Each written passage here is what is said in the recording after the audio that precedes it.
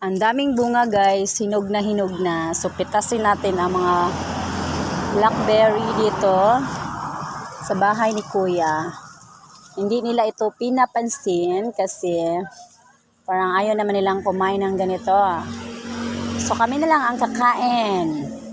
Kami ang mga harvest. So masarap naman to, para siyang lasa ng lumboy.